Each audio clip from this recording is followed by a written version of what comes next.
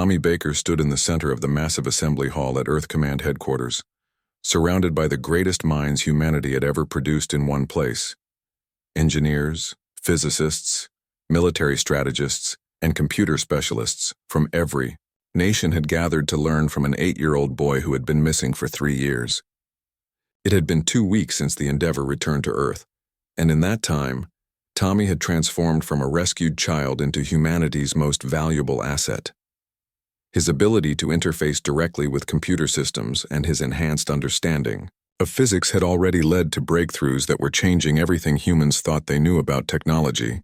Dr. Nathan Cross raised his hand to ask a question. Tommy, the quantum mirror system you've designed is theoretically sound, but the power requirements seem impossible. How can we generate that much energy? Tommy walked over to the large display screen and placed his small hands against the surface. Immediately, the screen came alive with diagrams and calculations that filled the entire wall. Dr. Cross, you're thinking about power generation the old way. Instead of trying to create more energy, we need to learn how to borrow it. Captain Linda Ross, who had been working closely with Tommy on the engineering aspects, leaned forward. Borrow energy from where? From other dimensions. The universe has layers like pages in a book. Most of the energy that exists is in dimensions humans can't see or touch. The quantum mirrors don't just reflect attacks back at enemies, they draw power from dimensional space to amplify those reflections. Tommy's explanation was followed by 3 hours of detailed technical discussion. Engineers took notes frantically as the boy walked them through modifications to Earth's power grid that would allow the entire planet to tap into energy sources that existed outside normal space. General Patricia Moore, who had been silent during most of the technical presentations, finally spoke up. Tommy, all of this technology is impressive, but I need to know about tactics. How do the Zenthari fight? Tommy's expression became serious. General Moore, the Zenthari have conquered 47 worlds using the same basic strategy every time. They arrive in overwhelming force, destroy all military targets from orbit, then land troops to secure important resources. They've never encountered significant resistance because most species they attack don't have advanced technology. But we will have advanced technology now, thanks to you. Yes, but that's not our biggest advantage. Our biggest advantage is that humans think differently than any species the Zenthari have ever fought. They follow rigid battle plans based on mathematical calculations. Humans improvise, adapt, and do unexpected things. Tommy moved to another display screen and began showing tactical simulations. The Zenthari will expect our defenses to be positioned around major cities and military installations. Instead, I recommend we hide our strongest weapons in locations they'll ignore, like small towns and rural areas. Captain Danny Wells, who had been assigned as Tommy's guardian and protector, watched the boy work with a mixture of admiration and concern. Tommy had adapted remarkably well to his return to Earth, but there were moments when his enhanced abilities made him seem less like a child and more like something else entirely. During a break in the presentations, Danny approached Tommy. Hey Tommy, how are you feeling about all this? It's a lot of responsibility for someone your age. Tommy looked up at Danny with those bright, alien-enhanced eyes. Captain Wells, I know I'm different now. My brain works in ways it never did before, and sometimes I understand things that frighten adults. But I'm still the same kid who got lost during a camping trip with his parents. I still want to go home and play video games and eat ice cream. Your parents are coming to see you tomorrow. Are you ready for that? Tommy's expression softened, and for a moment he looked exactly like the 8-year-old boy he was. I'm scared they won't recognize me, not just because of how I look, but because of how I think now. What if they can't love someone who's been changed the way I have? Before Danny could answer, Dr. Helen Wright approached with urgent news.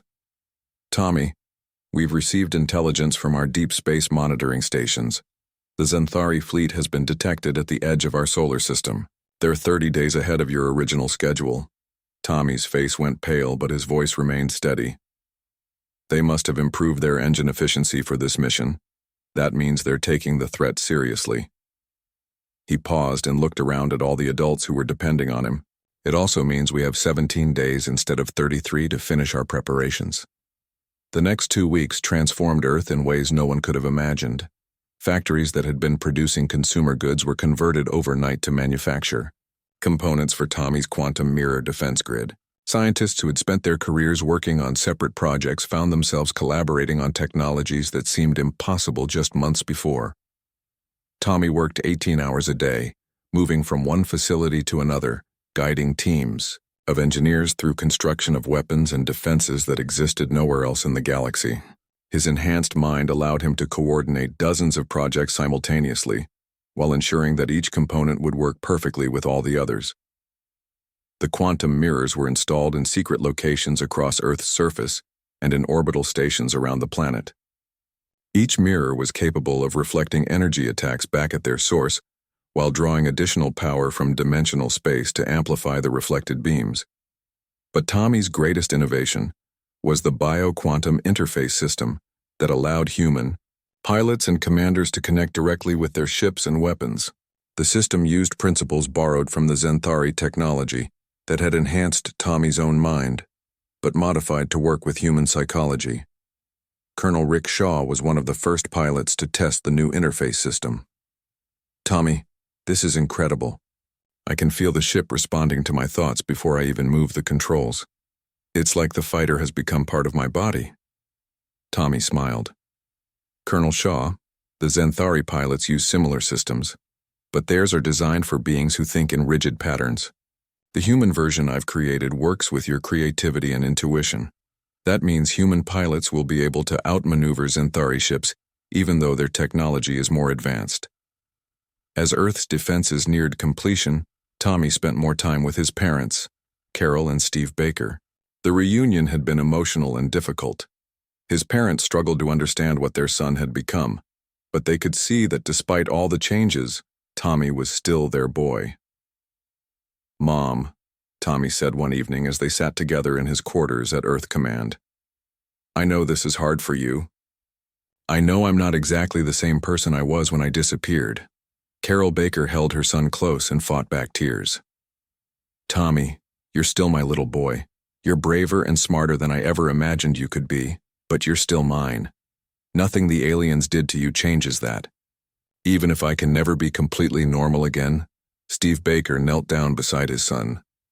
"Tommy, normal is overrated. What matters is that you're home, and you're using your gifts to protect people. Your mother and I couldn't be more proud of you." As the final preparations were completed, Tommy stood with Admiral Clark and the other commanders in Earth's primary command center. Outside, the planet looked exactly as it always had, but hidden beneath the surface and in orbit around Earth were defenses that would have seemed like magic to humans just a few months earlier.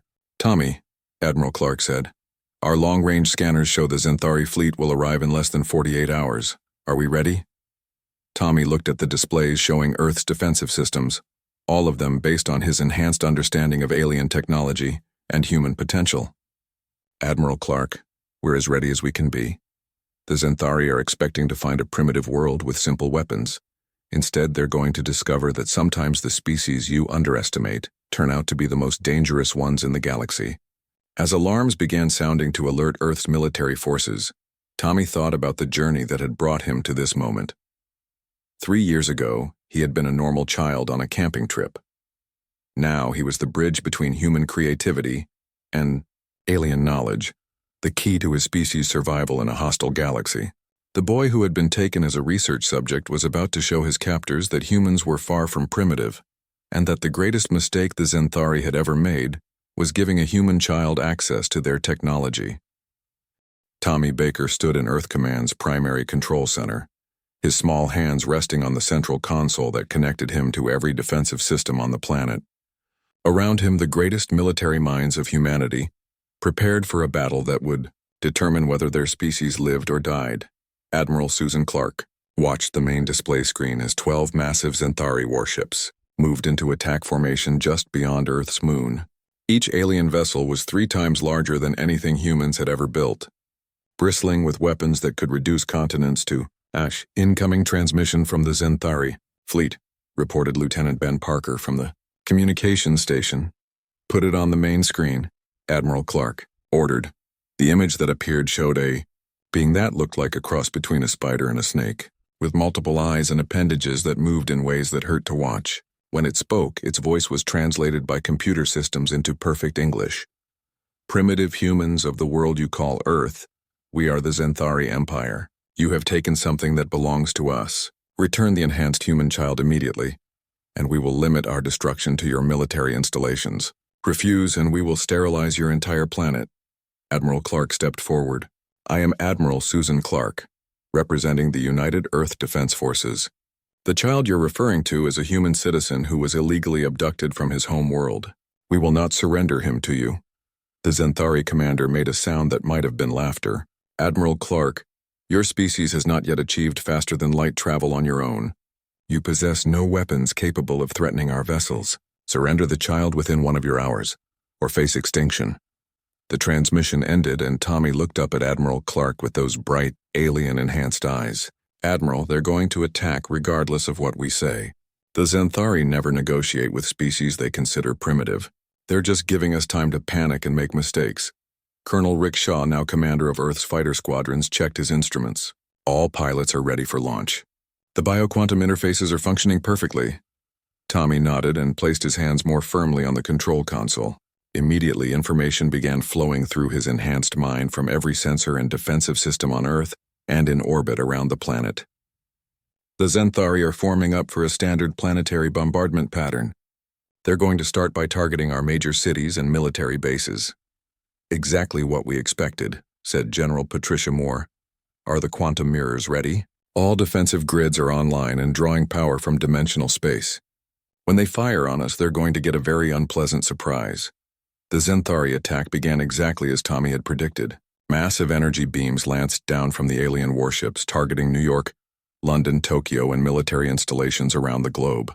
The beams were powerful enough to vaporize mountains and boil oceans, but they never reached their targets. The quantum mirrors that Tommy had designed activated the instant the alien weapons fired. Instead of absorbing the energy, the mirrors reflected it back at the attacking ships while drawing additional power from other dimensions to amplify the reflected beams. The Zenthari found their own weapons turned against them with twice the original power. 3 alien warships were destroyed in the first exchange of fire. Impossible, came the Zenthari. Commander's voice over the communication system. Your species does not possess this level of technology. Tommy activated the communication system with a thought. You gave us this technology when you enhanced my brain. You just never imagined we would be smart enough to improve on it. The remaining 9 Zenthari ships immediately changed tactics, launching smaller fighter craft while moving into defensive positions. But Earth's response was unlike anything they had ever encountered. Colonel Shaw led the first wave of human fighters into space. Each pilot connected to his ship through the bioquantum interface that Tommy had developed. The human fighters moved with unprecedented coordination, not because they were following rigid battle plans, but because they were improvising and adapting to each situation as it developed. Shaw to all fighters. Rick's voice came over the communication system. Remember, they think in patterns and follow predictable strategies. We don't. Use that against them. The space battle that followed was unlike anything the galaxy had ever seen. Zenthari fighters, controlled by beings with enhanced intelligence but limited creativity, flew perfect formations and executed flawless tactical maneuvers. Human fighters, guided by intuition and the ability to make split-second creative decisions, flew in ways that seemed chaotic but were devastatingly effective. Tommy watched the battle through sensors and pilot interfaces, his enhanced mind processing information from dozens of sources simultaneously. Admiral, the Zenthari are confused by our tactics. Their computers can't predict what our pilots will do next because our pilots don't know what they'll do next until they do it. Commander Jake Morrison, now leading Earth's first interstellar cruiser, engaged 2 Zenthari warships directly. His ship, enhanced with Tommy's bioquantum technology, moved and fought like a living creature rather than a machine. Morrison to command. Jake's voice crackled over the communication system. These ships are incredible. It's like the vessel is reading my mind and anticipating what I need before I know I need it. The battle continued for 6 hours. One by one, the Zenthari warships were either destroyed or damaged so severely they could no longer fight. Their rigid tactics and predictable strategies, which had served them well against dozens of other species, proved useless against humans who fought with creativity, determination, and technology they had adapted to work with human psychology, rather than against it. As the last Xanthari ship exploded in a brilliant flash of light, Tommy felt something he hadn't experienced since his rescue from the alien research station. Pure, simple joy. "Admiral Clark," Tommy said, his voice carrying both the wisdom of his enhanced mind and the excitement of an 8-year-old boy. "We won. We actually won." But the victory was more than just a successful defense of Earth. Word of the battle spread through Xanthari communication networks to every corner of their empire. For the first time in their history, they had encountered a species that not only defeated them in battle, but did so using their own technology, turned against them. Within days of the battle, diplomatic messages began arriving from worlds across the galaxy. Species that had been conquered by the Xanthari wanted to know how humanity had achieved the impossible. Others, who had successfully resisted Xanthari expansion, wanted to form alliances with the newcomers who had proven that the Empire could be defeated. Tommy stood with his parents on the observation deck of Earth's new orbital command station, looking out at the construction of humanity's first true interstellar fleet. Ships built with bioquantum technology moved through space with grace and power that made them unlike anything else in the galaxy. "Tommy," his mother Carol asked, "what happens now? Will you always be different from other children?" Tommy considered the question carefully. "Mom, I'll always be enhanced. My brain will always work differently than normal humans. But that's okay. I've learned that being different isn't the same as being alone." Dr. Lisa Chang, now director of Earth's Bioquantum Research Program, approached the family. "Tommy, we've received a message from the Galactic Coalition. They want to invite Earth to join as a full member. They're particularly interested in our bioquantum technology and human tactical innovations." Tommy smiled, and for a moment he looked exactly like the child he had been before his abduction. "Dr. Chang, 3 years ago I was just a kid who got lost in the woods. Now I get to help humanity join a galactic civilization as equals instead of victims. I think that's a pretty good outcome." 5 years later, Earth had become one of the most influential worlds in the galaxy. Human ships guided by bioquantum technology and crewed by beings who thought in ways no other species could match, explored unknown regions and defended peaceful worlds from aggressive empires. Tommy, now 13 years old, worked alongside Earth's greatest scientists and military leaders. But he also attended school, played with friends, and remained close to his parents. The alien enhancements had given him incredible abilities, but they hadn't taken away his humanity. The boy who had once been a research subject in a Xanthari laboratory had become the bridge between human potential and galactic civilization. His rescue hadn't just saved one child. It had elevated humanity from a primitive species hiding on one world to a major power that other civilizations respected and sought as allies. And sometimes, late at night when Tommy looked up at the stars, he thought about all the other children on all the other worlds who might be waiting for someone to come rescue them, because if there was one thing he had learned from his experience, it was that no one, no matter how small or seemingly helpless, should ever be abandoned or forgotten. The galaxy was a big place, full of wonders and dangers. But it was also full of species who understood that sometimes the most important victories came not from conquest or domination, but from the simple decision to save one child who needed help. And that, Tommy knew, was a lesson worth sharing with the universe. Dr. Lisa Chang watched Tommy Baker draw complex diagrams on the tablet computer with the skill of someone who had been doing advanced mathematics for decades.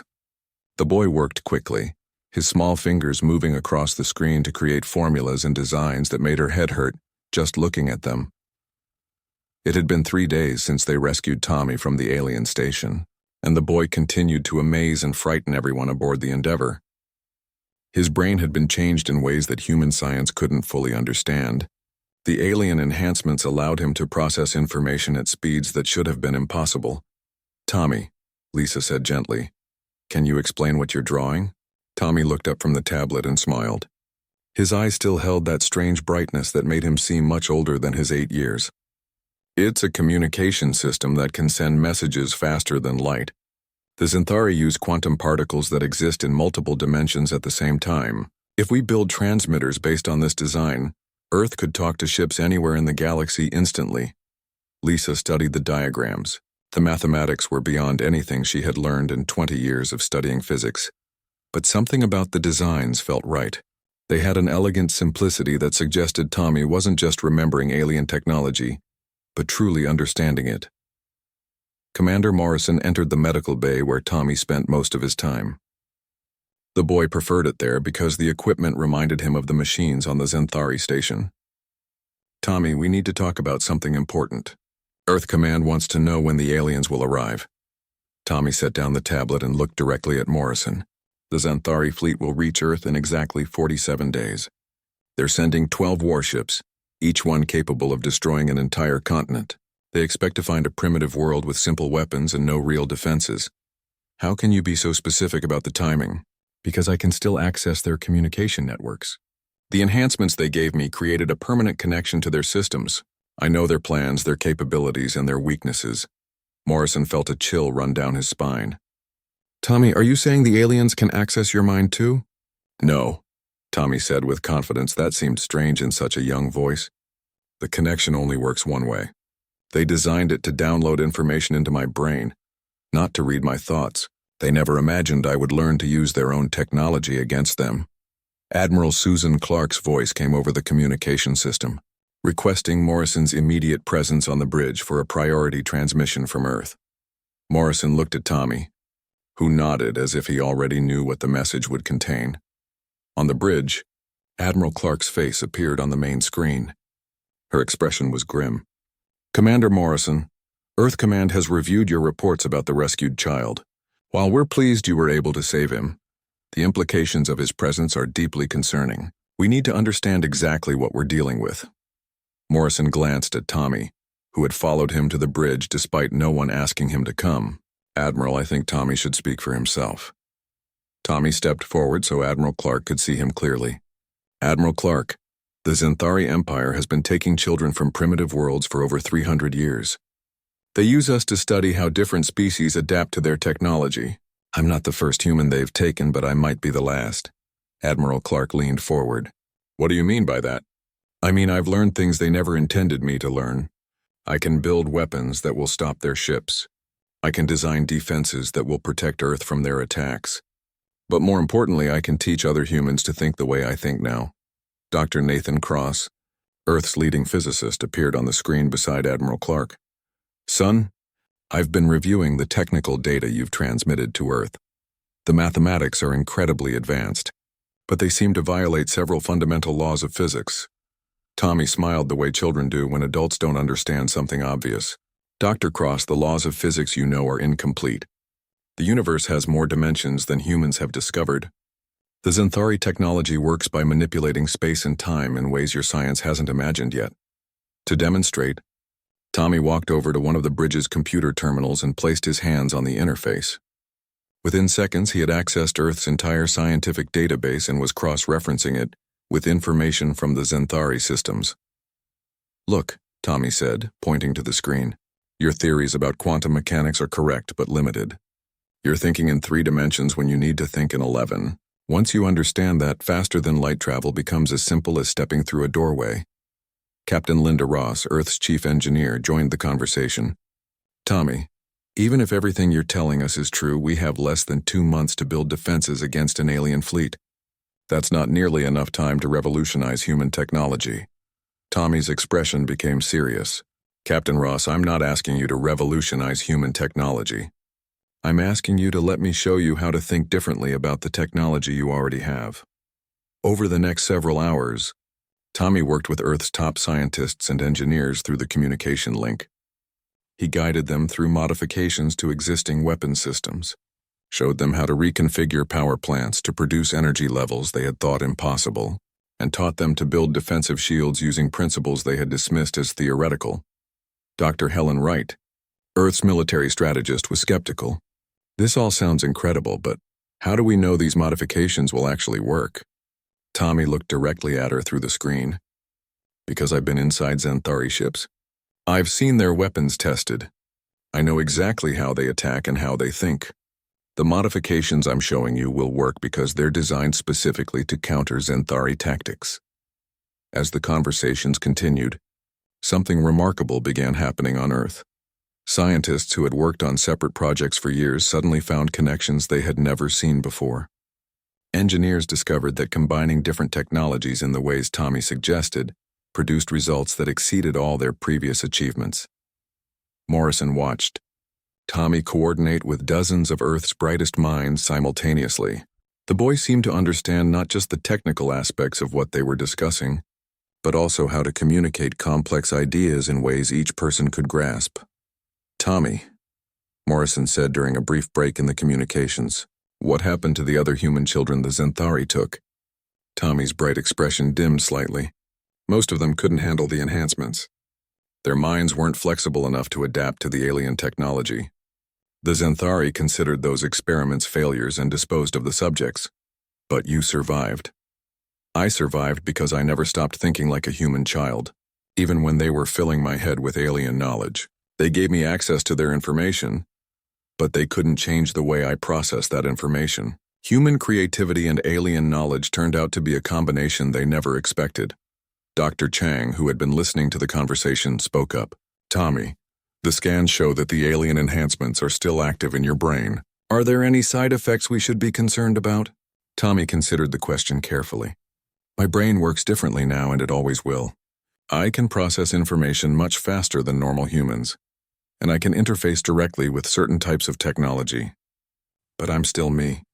I still miss my parents, I still like playing games, and I still get scared sometimes." Admiral Clark's voice interrupted their conversation. "Commander Morrison, I'm ordering the Endeavour to return to Earth immediately. We need Tommy here to coordinate the defense preparations. Based on what I've seen today, this child might be humanity's only chance of surviving the coming attack." As the Endeavour changed course for home, Morrison found Tommy standing at one of the observation windows looking out at the stars. "Are you worried about going back to Earth?" Tommy shook his head. "I'm excited. For 3 years I've been trapped with creatures who saw me as nothing but a test subject. Now I get to go home and help protect the people I love." The Xanthari thought they were creating a weapon they could use against primitive species. Instead, they created something that's going to save humanity. Morrison put his hand on Tommy's shoulder and realized that the small boy beside him represented something the galaxy had never seen before. Human determination and creativity enhanced by alien technology, guided by a child's sense of right and wrong. The Xanthari had indeed created a weapon, but it was one that would be turned against them. Jake Morrison checked his equipment one last time, as the shuttle moved silently toward the alien station. Captain Ron Hayes sat in the pilot's seat, his hands steady on the controls despite the sweat on his forehead. Sergeant Amy Foster occupied the engineer's position, monitoring their stealth systems and watching for any signs they had been detected. Lieutenant Ben Parker sat behind them, a portable communication device in his lap. The plan was simple but dangerous. They would dock with the station during the next shift change, when several alien vessels would be arriving and departing. The increased traffic would help mask their approach. Once inside, they would locate the human child and extract him before the larger alien fleet arrived in the system. 2 minutes to docking, Ron whispered, even though no one outside the shuttle could hear them. Jake looked at the recording device Ben was holding. They had managed to clean up some of the audio messages from Earth, and Ben had isolated the voice of the woman calling for Tommy. If the child was indeed the missing boy named Tommy Baker, hearing his mother's voice might help them gain his trust quickly. "Remember," Jake said to his team, "we get in, find the child, and get out. No unnecessary risks, no heroics. We don't know what these aliens are capable of, and we can't afford to find out the hard way." Amy nodded and pointed to her scanner. The station's layout is massive. According to the bioscanner, the child is being held in a section about 12 levels down from where we'll be docking. The route takes us through what appears to be some kind of research area. The shuttle shook slightly as Ron brought them alongside one of the station's docking ports. Through the small windows, they could see the alien metal up close. It was covered with symbols and designs that hurt to look at, as if human eyes weren't meant to process the geometric patterns. "Docking complete," Ron reported.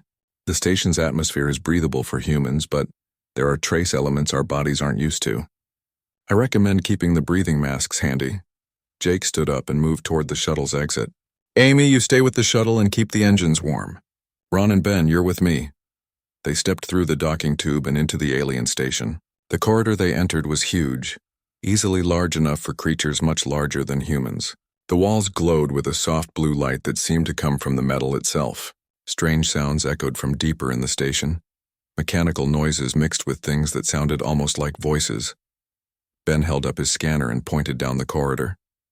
The child's life signs are coming from that direction. The readings are stronger now.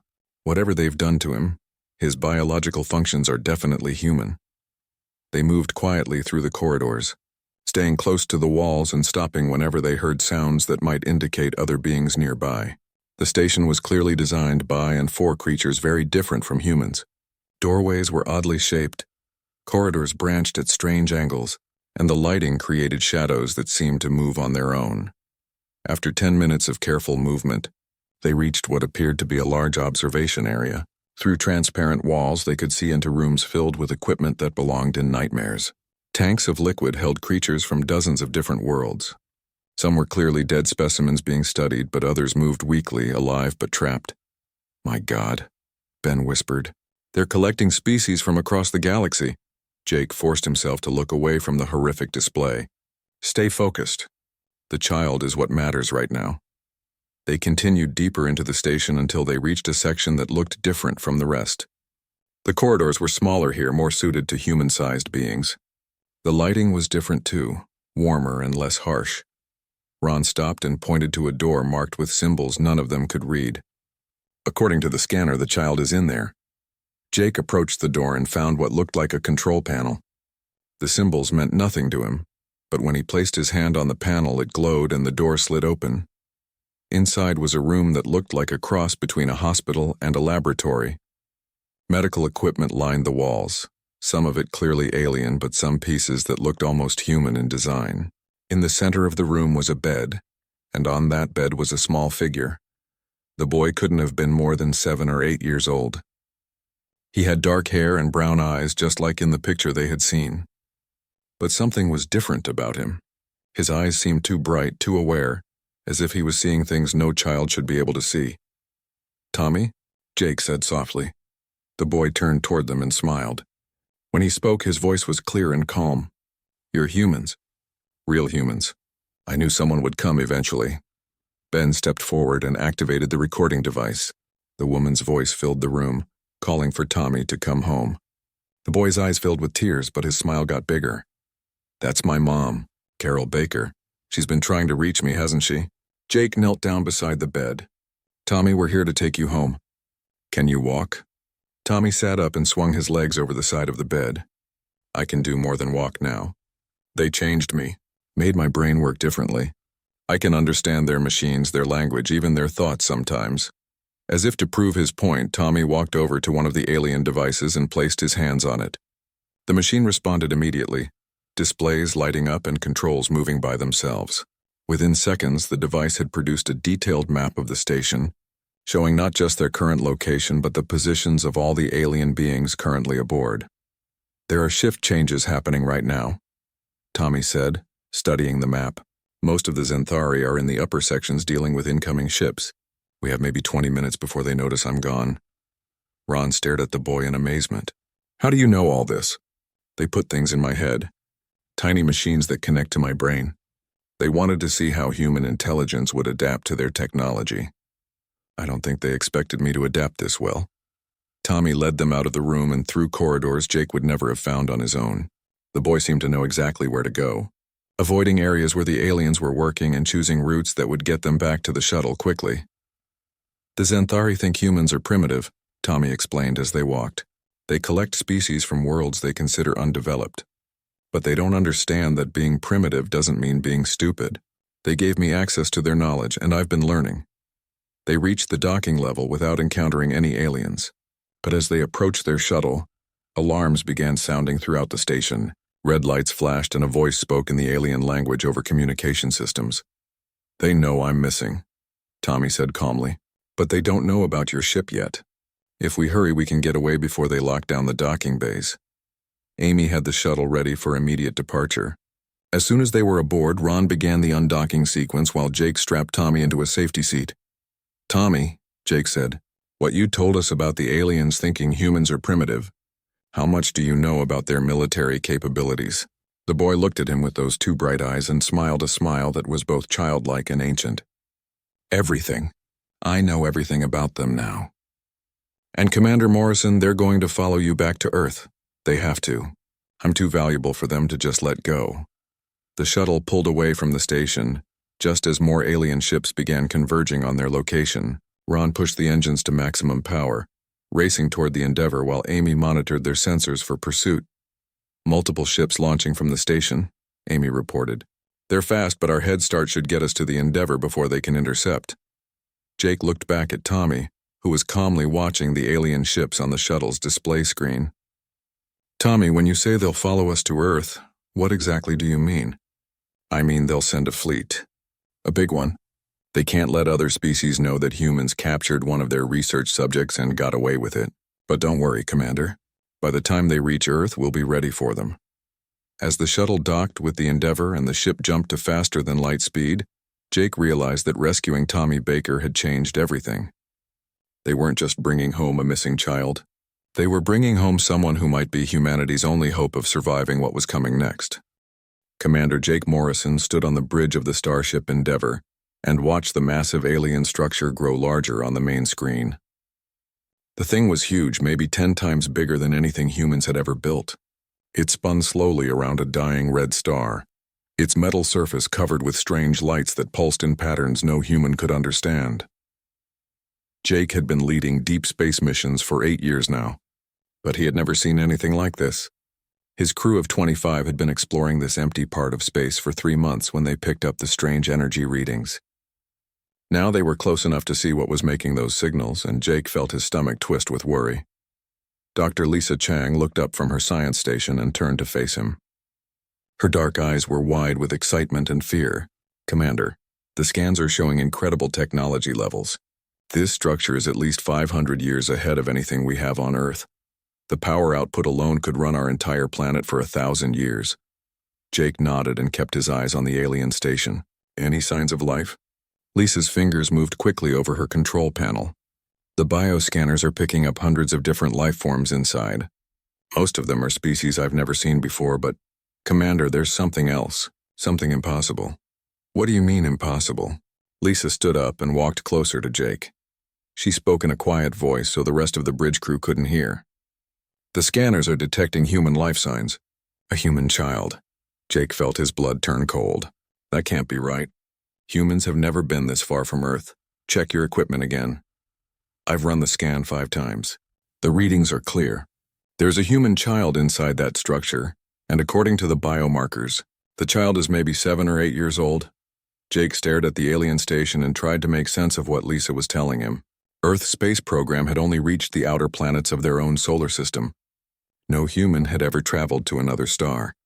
Yet somehow, a human child was inside an alien research facility hundreds of light years from home.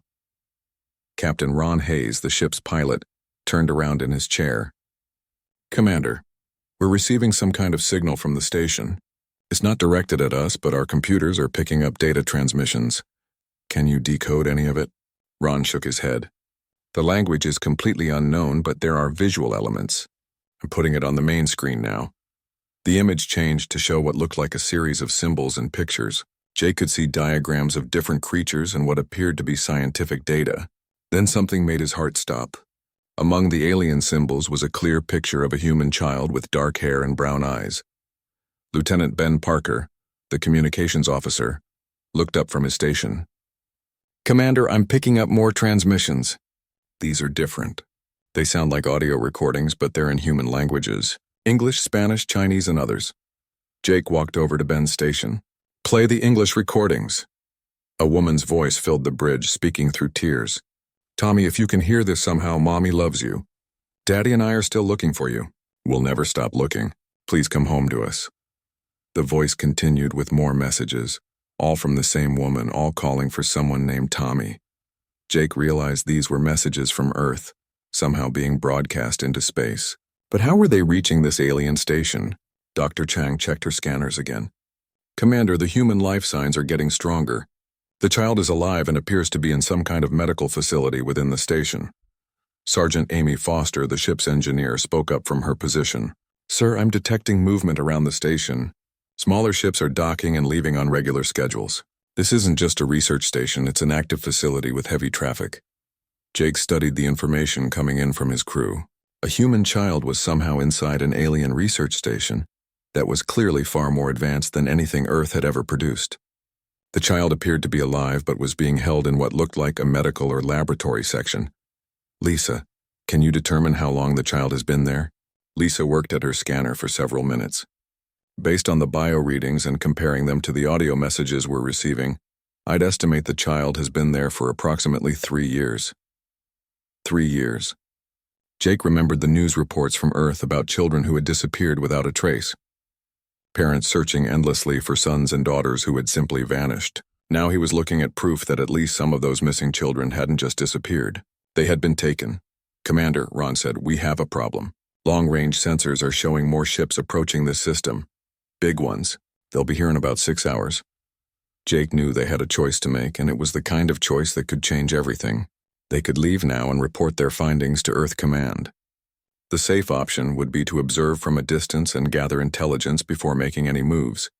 But there was a human child inside that station. A child who had been missing from Earth for 3 years. A child whose mother was broadcasting messages into space hoping somehow her son might hear them. Jake looked around at his crew. These were good people who had volunteered for dangerous missions to help expand human knowledge of the galaxy. Every one of them had families back on Earth. Every one of them understood what it meant to protect the innocent. Amy, what would we need to get inside that station? Amy checked her engineering displays. The structure appears to have docking ports that our shuttles could interface with. Security looks heavy, but it's designed to keep things inside, not necessarily to keep small craft out. If we could create a distraction, maybe during one of those shift changes when the smaller ships are coming and going, we might be able to slip inside undetected. How long would we have before those incoming ships arrive? Ron checked his navigation computer. Maybe 5.5 hours now. Jake made his decision. It wasn't the safe choice, and it definitely wasn't what Earth Command would have ordered him to do. But sometimes the right choice wasn't the safe choice. Lisa, I need you to analyze everything we know about that station.